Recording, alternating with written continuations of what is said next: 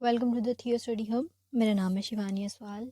अब आज करें नागरिकता स्टार्ट। बेटा चैप्टर 8 है आपका MPS 1 में, MA फर्स्ट ईयर वाले बच्चों का।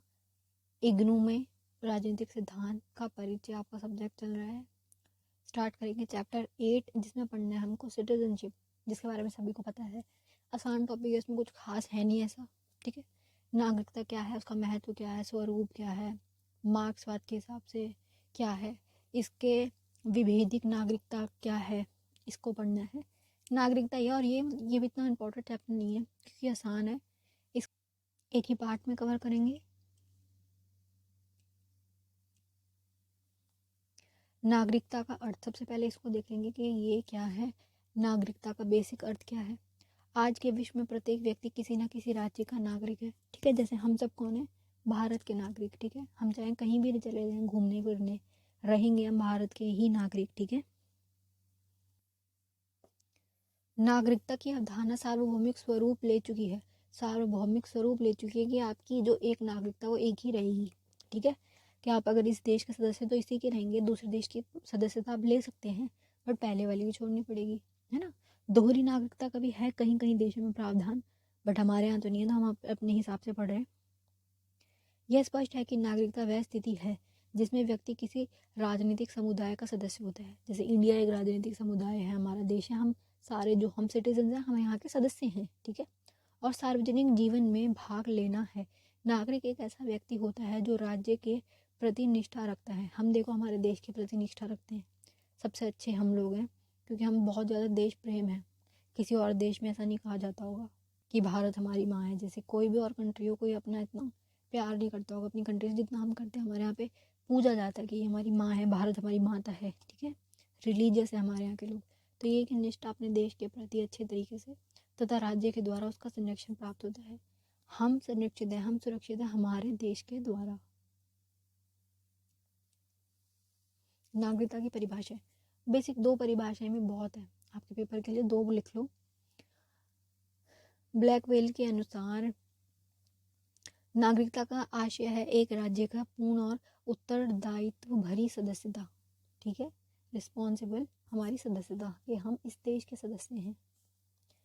JM विलेंटर के अनुसार नागरिकता राजनीतिक बंधन का सूत्र है और यह इसकी प्रकृति पर निर्भर करता है कि वह कितनी मजबूत है। थोड़ी डिफिकल्ट भाषा है, बस इसको लिख के याद कर लीजिए। क्या है वही बात रहा, बस अलग तरीके से कह रहे हैं। ठीक है, एक बार ये पढ़ लेते हैं। राजनीतिक आयाम में ऐसा निकाय है के सदस्य के रूप में राजनीतिक सत्ता में इस्तेमाल में भाग लेने का अधिकार शामिल है। देखो हम अगर नागरिक हैं तो हमारे पास क्या क्या अधिकार इंक्लूड हो रहे हैं कि जो हमारे संविधान में 5 अधिकार मौलिक अधिकार में वो सारे अधिकार हमारे लिए हैं, प्लस राजनीतिक सत्ता के इस्तेमाल में राजनीतिक सारे अधिकार, जैसे राजनीतिक प्रतिनिधिक मतदाता मतलब वोट देने का अधिकार, राजनीतिक निश्चित की अपेक्षा करने का, उसका समर्थन करने का। ऐसे राजनीतिक अधिकार का प्रबल समर्थक जो अन्याय और समानता का पक्षधर है तथा अनुचित राजनीतिक प्रतिदान का विरोध करना। मतलब ये पूरे राजनीति में हम पार्टिसिपेट करते हैं। अगर कोई गलत है तो उसका प्रतिरोध भी करेंगे, कोई सही है तो उसका हम सपोर्ट भी करेंगे। ये सारे अधिकार एक देश के नागरिक को प्राप्त होते हैं। ठीक है, सामाजिक आयाम, ये सब क्या हो गया बेटा, राजनीतिक आयाम। कि अगर आप किसी देश के नागरिक हो तो उसके 3 आयाम हैं। ठीक है, 3 में से सबसे पहला कौन सा है, फर्स्ट वाला राजनीतिक आयाम, जिसमें हमें राजनीति से रिलेटेड सारे अधिकार मिल जाएंगे, बेसिक है बिल्कुल। सामाजिक आयाम में क्या होगा बेटा, समाज में हम रह रहे हैं तो हमारे साथ किसी प्रकार का कोई भेदभाव ना हो। ठीक है, समाज में हम बराबरी का अधिकार रखें। संपूर्ण प्रकार के दावे शामिल हैं जिसमें है आर्थिक कल्याण, आर्थिक दावे हो गए। सुरक्षा का हो गया कि हमारी सरकार हमारी सुरक्षा करेगी। सामाजिक आयाम ये हो गया कि हम अगर इस देश में रह रहे हैं तो बाकी के दूसरे देशों से हमारी रक्षा करना, क्योंकि वो अटैक कर सकते हैं, है ना। किसी भी प्रकार का कोई वायरस फैल रहा है, कोई आपातकालीन स्थिति आ रही है तो सरकार हमारी फटाफट रक्षा करे। ये हमारा क्या हो गया, अधिकार।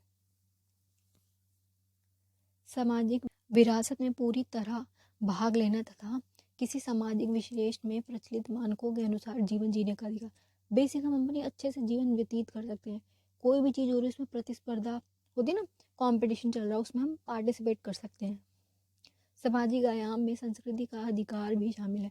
कोई भी हमारी संस्कृति, हम किसी भी धर्म से हैं, किसी भी जाति वाले, जो भी हमारी संस्कृति है हम उसको मान सकते हैं, हमारा अधिकार है, ठीक है। ये सारी चीज़ें इसमें समाज वाले टॉपिक में आएगी।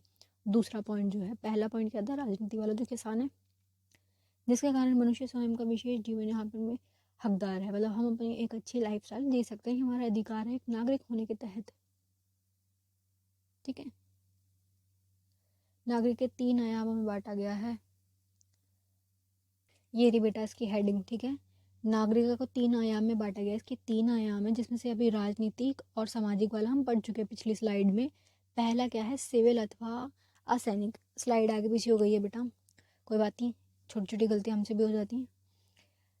ये इसकी हेडिंग है आयाम वाली, जिसके 3 प्रकार हैं, इसको याद रखिए, पेपर में ये लिखना है आपको।